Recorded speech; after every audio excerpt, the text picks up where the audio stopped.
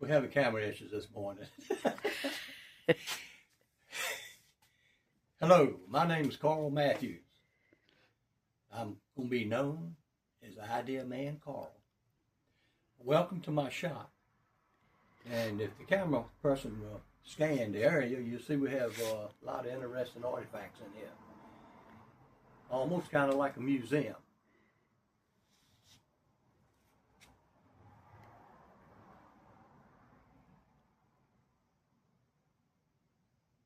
Now, if you shine over here, if you take the camera over here, there's a Chicago brake right there. It's 10 foot 1 inch long, brakes on it. It's an 18 gauge and it's 75 years old. Right here's a slip roller. This came from Harbor Freight, and I use that a lot. We have a little small residential brake right here. We're going to use this morning. I'll show you how this works. Of course, a lot of you probably already know. And then I have a 48 inch shear back in the back, 52 inch, I'm sorry, when I can cut across a sheet. But this morning, we're going to be making these. I've got 4 of them to make for a job. And what this is a 3x4 to a 2x3 funnel. And I'll show you what it goes in. Go back to the back. I have a couple of pieces of pipe back here.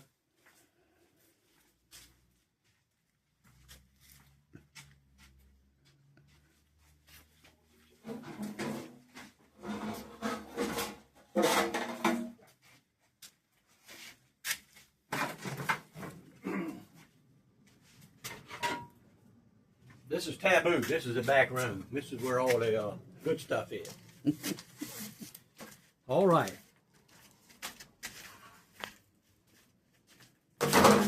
So, I'll tell you about the funnel. It's for a 3x4 downspout to go in, and that goes into a 2x3 downspout. Of course, this is an elbow, but it's the same. And that's what this is for. It's just a transition that they like to have. That being said, we're going to make one. And what I'm using is 15 inch gutter coil. This is what they make gutters out of. I've already chopped one up, a little square like this, and I have my pattern here. There's something about a pattern. When you make a pattern, always mark on the front of it that it is a pattern. You can see right here, I got it marked and I got pattern. And the reason I say that is because in the past, when I've made patterns and didn't have a mark, I've actually used my pattern. And that ain't good. So anyway, what we're going to do is we're going to mark this out.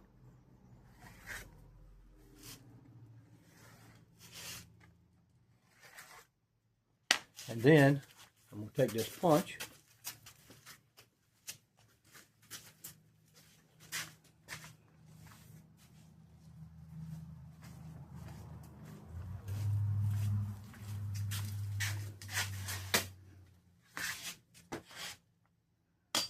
and we're going to make a punch where we want to fold to.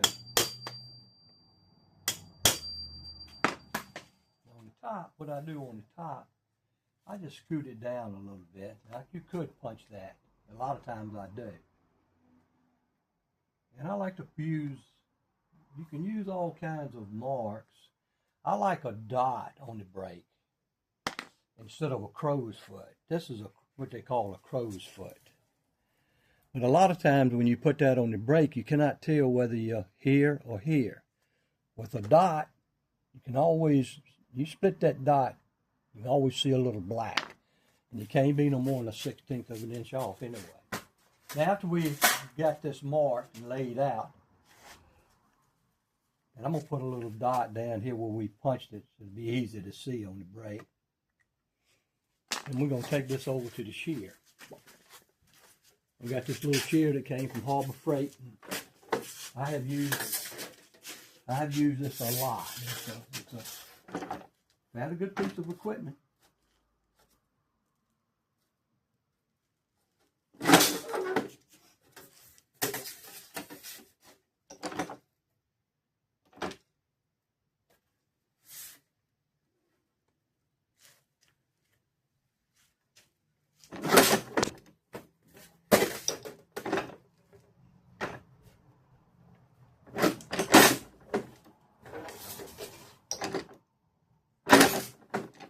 And then we have to finish up with a pair of snips. What we'll do, cut that right on that line where we mark it. As a matter of fact, these snips came from Harbor Freight too. And they work pretty good.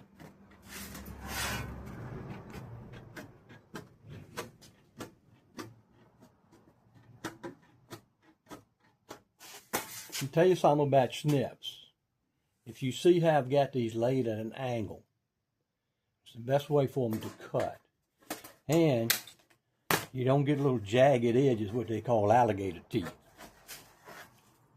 Now, what we're going to do, we're going to take this back to the table. And we have I'm using a scribe. I got to turn a 1/4 inch back on each side. And I make these. These are made out of stainless steel. This is a 1/4 inch. And what I do is I take a piece of stainless and I cut a point on it. Then I measure from that point back to whatever size that I want. This one just happens to be a 1/4. These are some other ones that I made. And I made them as I needed them. Here's an 1 1/4. There's a 2 1/2, 5/8. There's a 9/16. And this right here is what they call a Christmas tree. This is a manufactured one which has different lengths on it. It has a 1/2, 5/8, 3/4, 1 inch, 1/8, 3/16, 1/4, 5/16, and 3/8. But I prefer these because the sharp point scratches where you can see it. It's very important because if you can see that, then I'll show you how this 1/4 works on this one.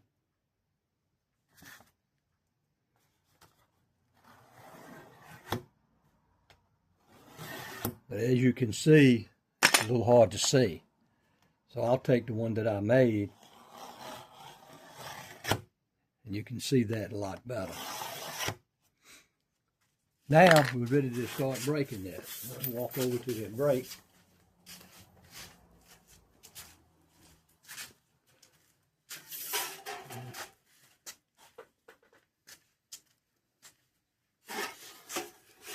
And what I do on my brake, all these brakes have they're like a lady. They have, all of them have a different personality. So what I want to do, I want to put that line right on that crack. Because this end of my brake, it wants to move forward just a little bit when I come down with the handle. So when I bring it down, you good right there. Come all the way over.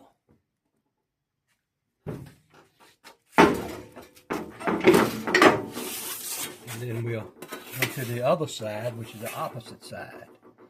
And we'll put that right on that line.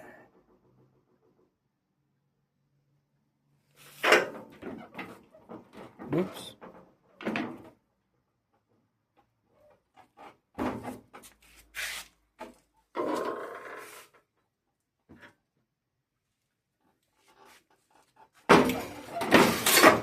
Now what we'll do, we have to come over here on this piece of equipment.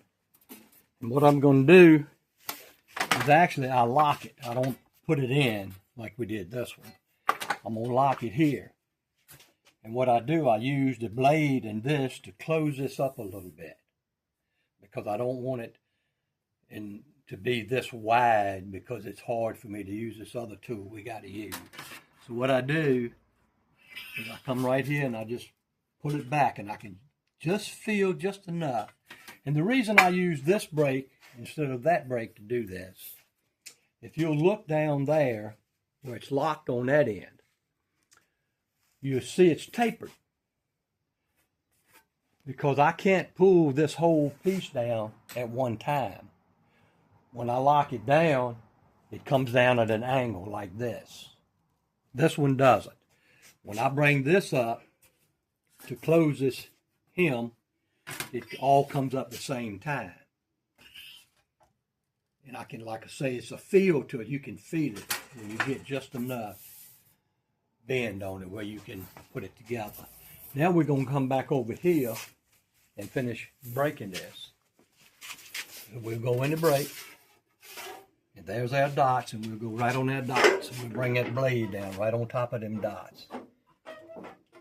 And as you can see, we're splitting that dot. We got a little black on each side. We'll lock it down, come up at a 90-degree angle. We'll move this one in. Same thing, we'll split that dot. And then we'll fold them up.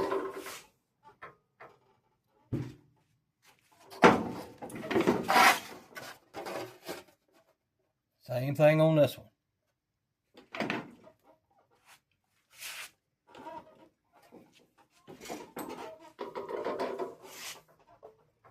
And you have a little bit of wiggle room. You can be a 16th off.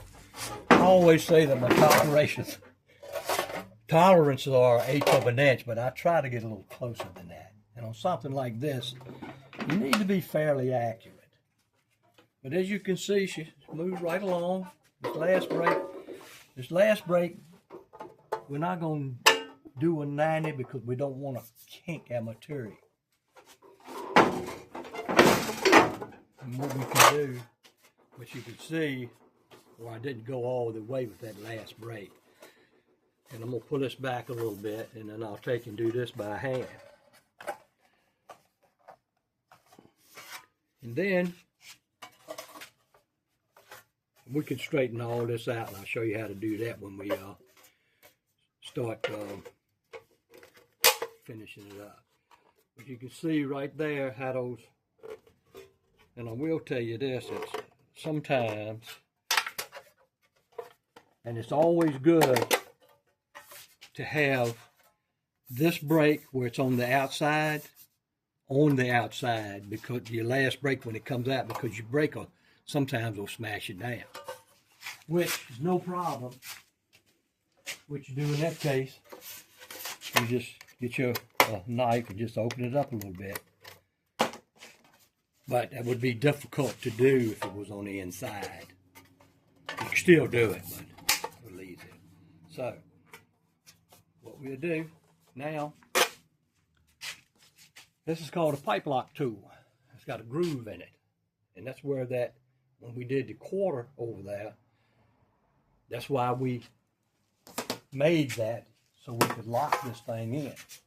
It also makes it watertight. I always put it on the corner of the table because it spreads it. And then, you see that seam. Now we go to the other side to see how she's a little open. So what I want to do, I want to move that down so I can see it. See that little green area there? I know I got to come over to it. Come on, baby.